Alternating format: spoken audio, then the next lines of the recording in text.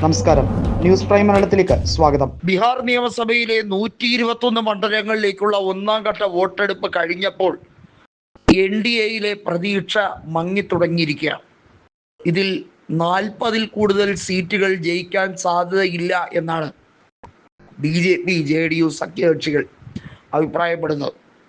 നമുക്കറിയാം, തത്തുല്യമായാണ് സീറ്റ് ഇത്തവണ NDAയിൽ വിഭജിച്ചത്. സാധാരണഗതിയിൽ ഐക്യ ജനതാദളിന് ഒരു പിടി സീറ്റ് അധികമായിരിക്കും. എന്നാൽ ഇക്കുറി അങ്ങനെ ആയിരുന്നില്ല.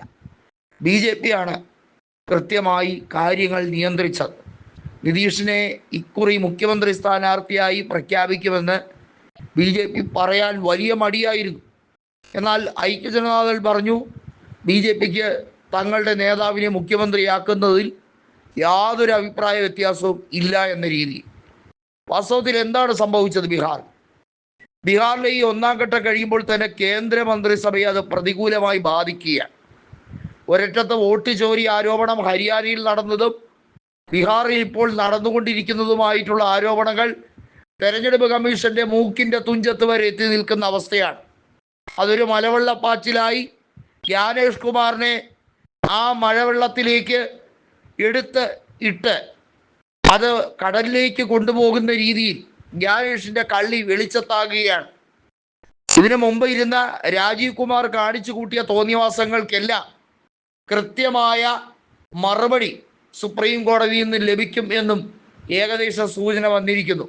കാരണം ചീഫ് ജസ്റ്റിസ് ഈ വിഷയവുമായി ബന്ധപ്പെട്ട കാര്യത്തിൽ തൻ്റെ നിയമപരിധിക്കുള്ളിൽ നിന്നുകൊണ്ട് തന്നെ അന്വേഷണത്തിനും അന്വേഷണ കമ്മീഷൻ, അതായത് ജുഡീഷ്യൽ കമ്മീഷൻ വയ്ക്കാനും അനുമതി കൊടുക്കും എന്ന് വ്യക്തമാക്കുന്ന സാഹചര്യമാണ്. ഈ രാജ്യത്ത് ഭരണഘടനയെ വീറ്റാക്കുന്ന അല്ലെങ്കിൽ ഭരണഘടനയെ താറടിക്കാൻ ശ്രമിക്കുന്ന ഒന്നും തന്നെ പ്രോത്സാഹിപ്പിക്കാൻ താൻ അധികാരത്തിലിരിക്കവേ സമ്മതിക്കില്ല എന്ന ഒരൊറ്റ ഡയലോഗ് കൊണ്ട് ജനങ്ങളുടെ കയ്യടി മുഴുവൻ വാങ്ങിക്കൂട്ടിയിരിക്കുകയാണ് സുപ്രീം കോടതിയുടെ ചീഫ് ജസ്റ്റിസായ ജസ്റ്റിസ് BR ഗവായ്.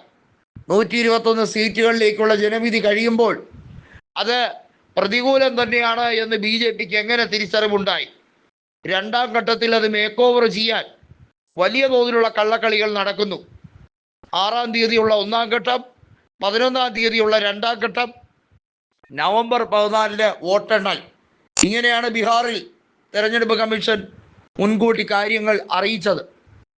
അവിടെ നമുക്കറിയാം, വോട്ടർമാരുടെ പേര് ലിസ്റ്റിൽ നിന്ന് നീക്കപ്പെട്ടതുമായി ബന്ധപ്പെട്ട വിഷയം, വോട്ട് എങ്ങനെയൊക്കെയാണ് ചോർച്ച സംഭവിച്ചത് എന്നുള്ള വിഷയം ഇതുൾപ്പെടെയായിരുന്നു മുഖ്യധാരാ മാധ്യമങ്ങൾക്ക് മുമ്പിൽ ഒരു പവർ പോയിന്റ് പ്രസന്റേഷൻ രൂപത്തിൽ രാഹുൽ ഗാന്ധി വളരെ വ്യക്തമായി സ്ഫുടമായി തന്നെ അവതരിപ്പിച്ചത്.